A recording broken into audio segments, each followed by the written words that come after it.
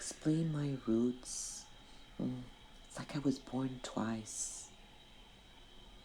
This is dawn at the Kashawan River, humid and fresh, fragrant, sweet, and a bit of rot.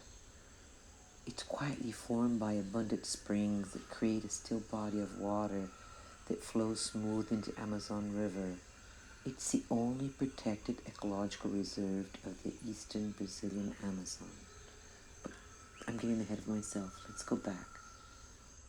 I was born in 1955, and every summer we went to my great-grandfather's cabin above Fallen Leaf Lake in the high Sierras, where my mother would instantly transform from a stressed woman into a happy, loving mom who would take us and friends that we might be around on the most wonderful hikes. She knew all the trails, every lake, every stream.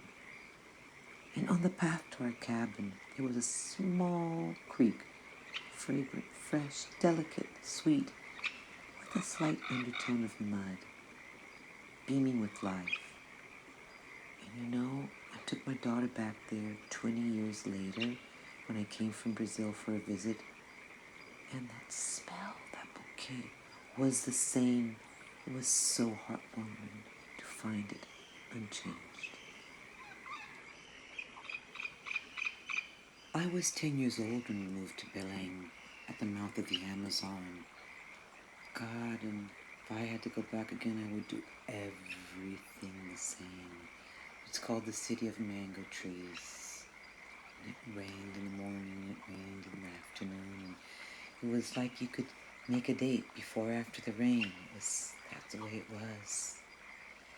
I went to a very small school there, and I was not a very studious child, but I loved to draw. And they would just give me art materials. So early on, ink and watercolor became my preferred materials. My paintings evolved from landscapes to strong yet soft paintings of the movement of water, then the intricacy of a single leaf, the skeleton of the leaf, the textures of a tree trunk. I sort of went into the painting, into nature, until there were only lines, color, and space. Alongside my painting, I started studying yoga, meditation. This was in the mid-70s. Then I did contemporary dance at the university. I was able to travel with my daughter finally. I came to California. I went up to Alaska. I spent 6 months there.